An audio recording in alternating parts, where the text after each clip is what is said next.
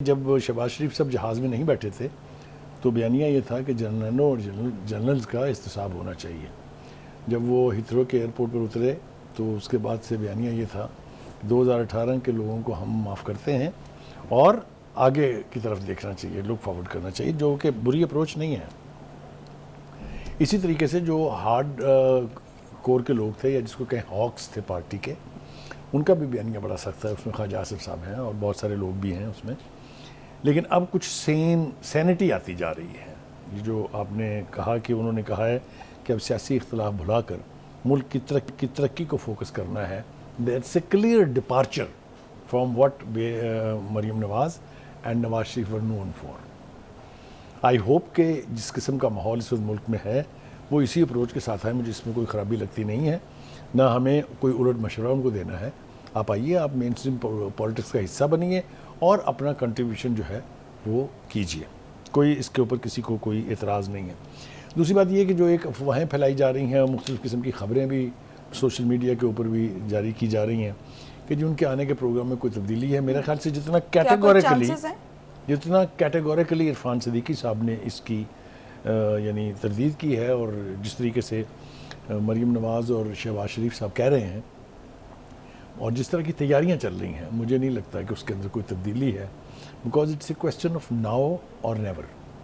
या तो अब वापस आएंगे या फिर आप कभी नहीं आएंगे। तो मेरा ख्याल ये है, मैं I am all for it, कि वो आ रहे हैं और उन्हें आना चाहिए। उनकी पार्टी भी, all is not well in PMLN either. आप मेरी बात को समझें।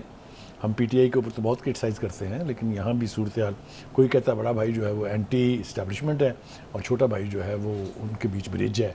ये मुख्तलिफ़ किस्म की बातें हम सुनते रहते हैं। एनीवे, असल बात यह है कि जिन हालात में नवाज शरीफ को इक़्तिदार से अलहदा किया गया था, वो जुडिशल एक्टिविज़म था या क्या था, नाम उसको कुछ भी दे लें आप। ऐसी GIT बनाई गई थी जिसमें पहली दफ़ा सियासतदानों के ख़िलाफ़ एक तफ्तीश में ISI और MI के लोगों को शामिल किया गया। उसके ऊपर एक निगरान जज बिठा दिया बाबर रहमते ने कि कहीं देखें, कहीं हमारी मर्ज़ी के ख़िलाफ़ ना कुछ हो जाए इसमें।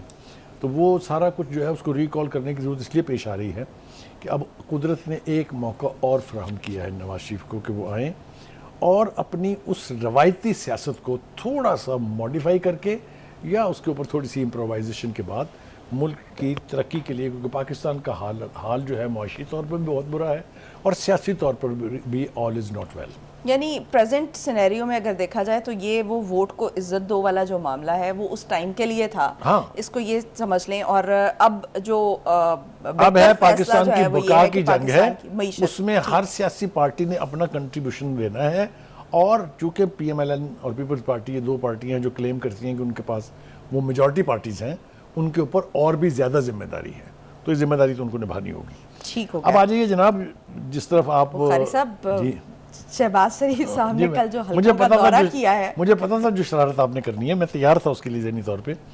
देखिए जी, गुजारिश ये है कि अगर कोई मुझसे दिल से पूछे कि भाई आप मुझे ये बताइए कि इन सियासतदानों ने ख़ास तौर से पिछले 5 साल में अवाम के लिए, अपने वोटर्स के लिए, अपनी कॉन्स्टिट्यूंसी के लिए क्या किया है, तो शर्मनाक जवाब है मेरे पास कि कुछ नहीं किया किसी ने।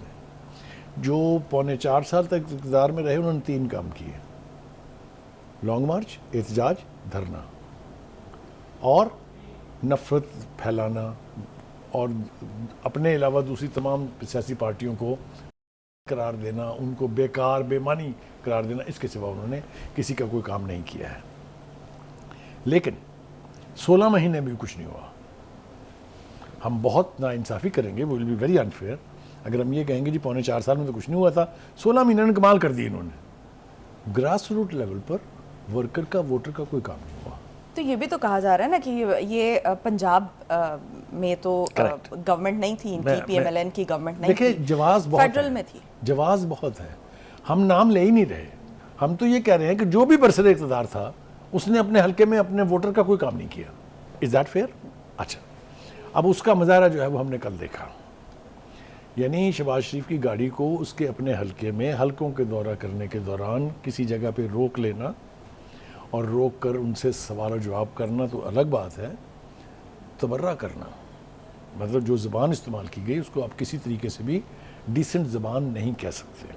मैं क्रेडिट देना चाहता हूँ शहबाज शरीफ को कि उन्होंने, वो कहते हैं ना कि कितने शीरीं हैं तेरे लब के रकीब, गालियाँ खा के बदमज़ा न हुआ, बजाय इसके कि वो गुस्सा करते, रिएक्ट करते, उन्होंने वहाँ के जो नुमाइंदे हैं उस इलाके के, उनको आज अपने दफ्तर में बुलाया, उनसे मुलाकात की और वादा किया उनसे कि आपके ये सारे मसाइल जो हैं ये हल करेंगे। अच्छा, which this is what politics is all about.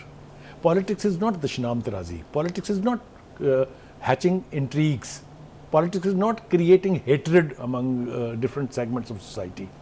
तो अगर इस तरीके से ये अप्रोच हो, अगर you reach out to your voter, ask them what are your problem and resolve them, that is what a politics is. और इस रवैये से भी मुल्क की तरक्की को कोई रोक नहीं सकता। बुखारी साहब, मैंने खुद भी एक सर्वे किया, उसमें हमने बात की कि शख्सियत ज़्यादा इंपॉर्टेंट है या कारकर्दगी, कि आप शख्सियत को वोट करेंगे या परफॉर्मेंस को वोट करेंगे।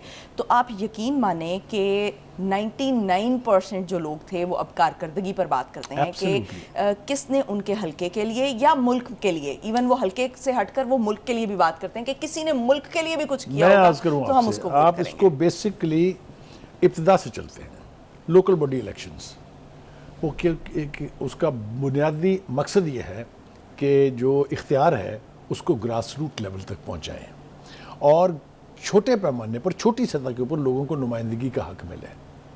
फिर हैं असेंबलीज, ताकि वो स्ट्रेंथन हो। फिर है provincial assemblies.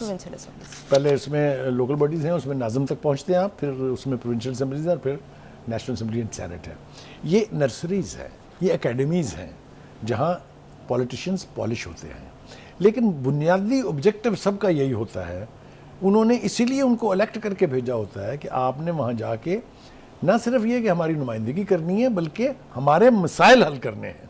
That is what is democracy all for. इसीलिए उसको कहते हैं ना, democracy is by the people for the people. तो कहने का मतलब ये है कि ये जो कल का रिफ्लेक्शन है जिसका हम जिक्र कर रहे हैं, इस तरह के सवाल बहुत अभी उठेंगे जब इलेक्शन कैंपेन के अंदर ये जाएंगे, कॉर्नर मीटिंग्स में, पब्लिक रैलीज में, तो ये सवाल अभी उठने हैं। They should have the guts to face it. उन्होंने कहना है कि सुनो जी साढ़े वास्ते बुखारी साहब, ये तो एक खुश आइंद बात है कि लोग अब सवाल करने लगे हैं, और जिस तरह से करके रिस्पॉन्ड किया है शहबाज शरीफ साहब ने, अगर आइंदा आने वाले दिनों में भी इस तरह से रिस्पॉन्ड करेंगे तो क्या इलेक्शन में ये अपना वो जो वोटर है जिसको ये अपने आप कह लें कि पिछले 4-5 साल में ना पूछने के बायस वो नाराज़ हो चुका है, क्या उसको रिवाइव कर लेंगे ये? देखिए, दो चांसेस हैं। एक तो ये कि रवैया ठीक है जैसा कि हमने पहले कहा, और दूसरी बात यह है कि हम हमेशा से कहते हैं we believe, party Nawaz Sharif की है, वोटर नवाज शरीफ का है, फॉलोअर्स और वर्कर्स नवाज शरीफ के हैं, लिहाजा ये लिटमस टेस्ट नवाज शरीफ का तो है ही कि वो वापस आ रहे हैं और क़यादत करेंगे, उनके वोट बैंक का भी है